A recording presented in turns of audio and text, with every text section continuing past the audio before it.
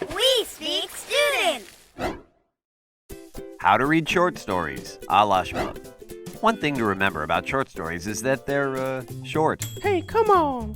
We're guessing it won't take much for that fact to stick in your brain. Get me out of here. What's cool about the shortness of short stories is that usually we have time to read them more than once. Put me down. So, if we're cramming right before class, we skip our favorite step in the short story reading process, which is reading for pleasure. Yes, reading doesn't have to be painful. Don't make me cut you. So, believe it or not, most short stories we're assigned to read are pretty awesome. Woohoo! So we let the story flow over us, enjoying whatever it sparks in our minds. Ouch. After the initial read, we jot down our overall impressions. We ask ourselves stuff like, what moments were most poignant in our brain? What characters did we love or hate, and why? After we've sketched our general impressions, it's time to dive back in. When we read the story for a second time, we dig into the details. This time we take notes as we go along, making sure to write down the page numbers. But what are we taking notes on exactly? You know, the major elements of literature and junk like that. So first there are characters, or the people in the story.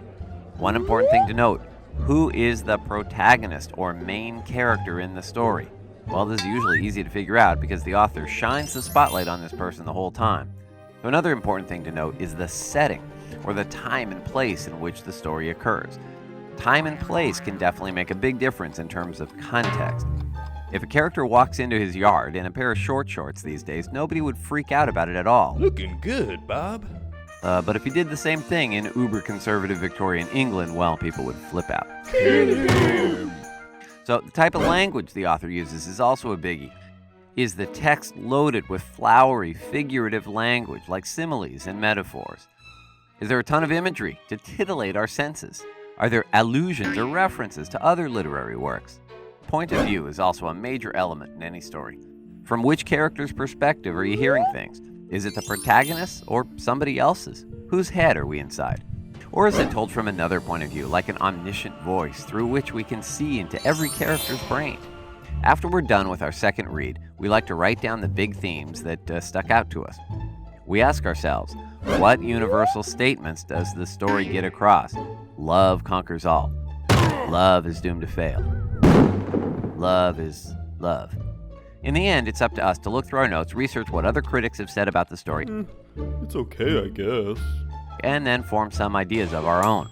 And even on the so-so days, well, we've had a chance to really get to know a cool story, which is nothing to sneeze at. Gesundheit. Don't make me cut you. What did the buffalo say to his son as he left for school? Bye, son. Okay, bad joke, but if you survived it, how about clicking the subscribe button below? And if you're looking for more jokes from yours truly, why not check out our website at www.shmoop.com. And if you want to get updates on what's new, well, check us out on Facebook and Twitter too.